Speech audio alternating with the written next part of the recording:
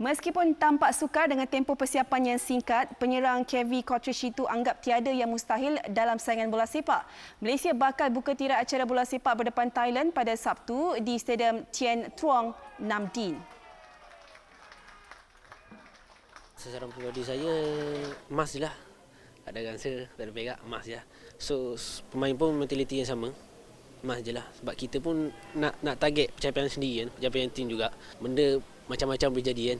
So cuma usaha lah. Usaha yang paling penting kita main satu pasukan. Pemain-pemain semua semangat tinggi untuk berjuang dan untuk pergi ke Vietnam nanti. So diorang pun target yang sama untuk emas je. Kali ni kita bagi untuk emas. Kita cuba. At least kita cuba. Kita bagi yang terbaik. Kita bagi yang untuk Malaysia emas je. Dan saya tahu Thailand semua, Kemboja semua, Laos semua tim yang bagus. Kita tak tahu lagi, jangan ambil mudah. So untuk tim semua, pasukan-pasukan ni, pemain semua, yalah dengan kelebihan dia orang ada tu, kita guna sebaik mungkin dengan kesefahaman tim Malaysia. Okey, ini senarai pendek 24 pemain skuad bawah 23 tahun yang telah berlepas ke Vietnam pagi tadi. Daripada senarai ini, Maluni akan mengumumkan senarai akhir 20 pemain untuk didaftarkan bagi Sukan C sehari sebelum saingan kumpulan B bermula. Dalam perkembangan sama, pengendali pasukan Brad Maloney akui bahawa barisan pemain kali ini merupakan skuad yang berbeza jika dibandingkan ketika kempen Piala AFF Februari lalu. Maloney dijangka mengumumkan senarai akhir 20 pemain yang akan menggalas cabaran di Malaysia di Vietnam pada Jumaat dengan turut membawa 4 pemain dalam senarai bersedia jika berlaku sebarang kemungkinan. Kali terakhir Malaysia raih ibu segala pingat dalam Tamasya Dwi tahunan itu ialah pada tahun 2011 di Jakarta di bawah bimbingan Dato' Ong Kim Swee. It's a completely different group. I'm counting 3 or 4 players at the max that would have been in the previous AFF tournament. So this time round, we managed to get more of the core group together. So once we get to Hanoi later today and a few training sessions prior to the first match, where we can look at the finer details in preparation, I'm sure that we'll be ready for the first match. Everybody's available. Fit and ready to go, so we'll decide on the final 20 prior to the final registration on Friday.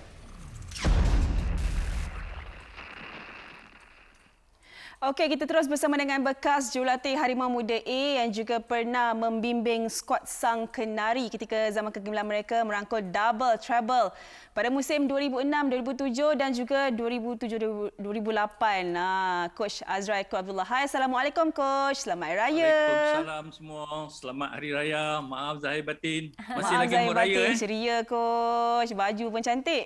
Kita orang happy je dekat sini. Tapi Coach, kita kenalah tanya kepada Coach juga tentang tim Brad Maloney ni. So, melihat kepada 24 pemain ke Vietnam bersama dengan Coach Brad Maloney, ada tak terdapat kejutan yang maybe Coach nampak nama-nama ni maybe rasa macam dia pun tersenarai? Ada tak Coach rasa sebegitu?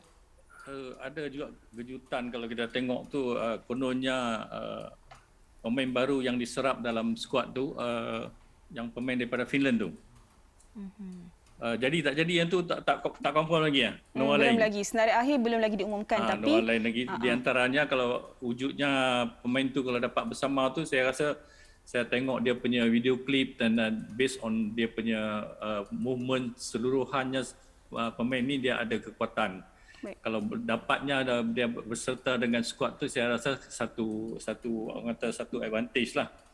Yang lain tu kita nampak senarai yang ni biasa saja, tak ada apa banyak kejutan melainkan macam Lokman Hadi Fayyad mungkin dan so on.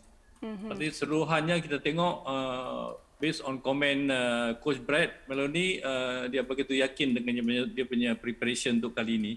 Okay. Walaupun kalau rata-rata banyak yang komen setelah friendly dengan Timor Leste tu, banyak benda-benda yang negatif. Bagi saya yakin kalau dia sendiri dia yakin dengan dia punya preparation, sudah tentunya kita perlu bagi dia sokongan yang padu untuk membawa pasukan ni ke kejohanan SEA Games pada kali ini. InsyaAllah. Betul, kita patut bagi ruang dan peluang untuk Coach Brad bawa anak-anak buahnya. Okey, Coach, saya nak kita throwback sedikitlah apa yang berlaku di Manila pada tahun 2019. Kita tahu Malaysia gagal keluar daripada melepasi peringkat kumpulan yang dibarisi waktu itu ada Kemboja, ada Myanmar. Kali ini coach, kita ada Thailand di peringkat kumpulan yang dicanang-canang pula sekarang ni masalah-masalah sebelum kita ke Vietnam, pemain tak dapat dipanggil lebih awal, training tak cukup masa. So dengan masalah yang berlaku ini, so ada kebarangkalian untuk melangkah jauh itu. Ramai yang kata macam sukar, tapi kita tahu tadi Luqman pun kata dia orang diletakkan supaya mindset mereka go untuk emas. Okey, bagi saya, pandangan saya, grup B ni boleh kata a very tough group. Oleh kerana bukan dekat Thailand saja, di ada situ tu kita akan jumpa Laos lagi. And then we had a very bad experience bersama dengan skuad Laos yang terkini. Dan even dengan skuad Singapura kita perlu berhati-hatilah. Based on apa yang Luqman punya komen tu, satu komen yang positif lah, that keyakinan pada diri dia dan sasaran dia orang tak lain tak bukan untuk emas. But then again, apa yang kita cakap tu dengan penuh harapan kita dapat menjelmakan di dalam padang lah sebagai pemain.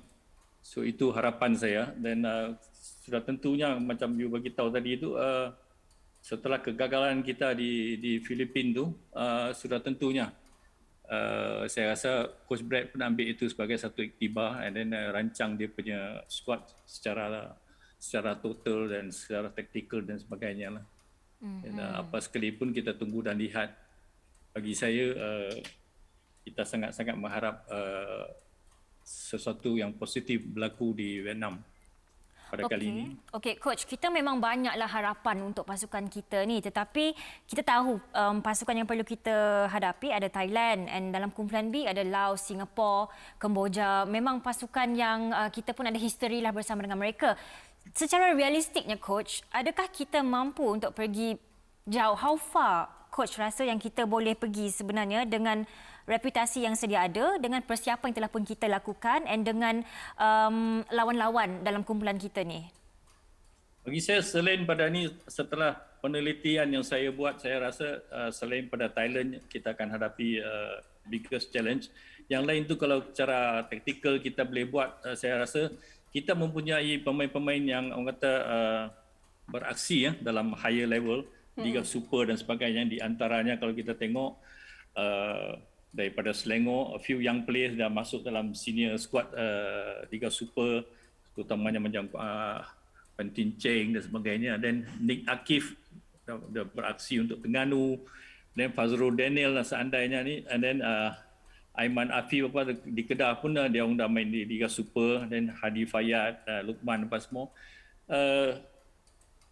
Itu yang pentingnya bagi saya. Daripada awal lagi apabila media interview saya sentiasa macam menyerulah pada semua kelab supaya memberi peluang pada pemain muda ni beraksi dalam liga kita, sekurang-kurangnya Liga Premier atau Liga Super, supaya dia mempunyai minit yang cukup untuk beraksi dan untuk exposure dalam liga tempatan kita, supaya semasa dalam SEA Games, game-game international macam ni lah, kita perlukan dia orang punya, orang kata, experience dalam liga tu untuk menjelmakan sesuatu untuk skuad kebangsaan kita. Betul.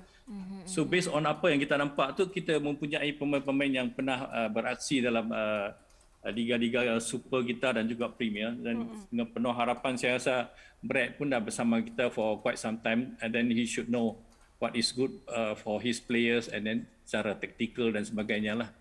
Dan bagi saya, kalau cara teliti, saya punya target kalau KPI untuk diri saya sekurang-kurangnya semi-final. Menarik coach. Kita biasanya coach untuk aksi pertama boleh dikatakan selalunya sukar sedikit untuk pemain-pemain Malaysia ni coach. Biasanya macam kita belum rasa belum panas lah, pemain-pemain kita belum panas. Selalunya macam itulah. Kalau kita bawa tim mana pun, first game selalunya dia ada hiccup sikit, here and there, and then sementara nak dapat dia punya game temperament sebelum tim nak settle down dan sebagainya. So bagi saya, kalau first game tu pada 7 hari bulan tu dengan Thailand tu, kalau boleh seri pun dah memadai untuk meyakinkan tim punya ni. The best way untuk kita ikat Thailand tu rasanya macam mana coach?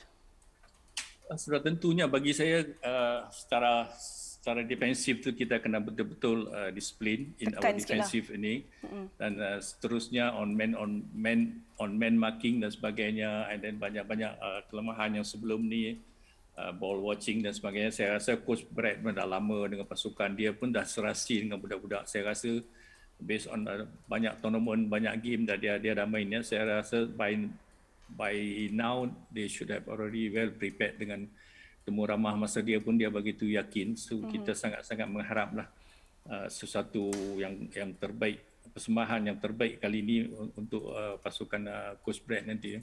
InsyaAllah. InsyaAllah kita harapkan yang terbaik lah ya.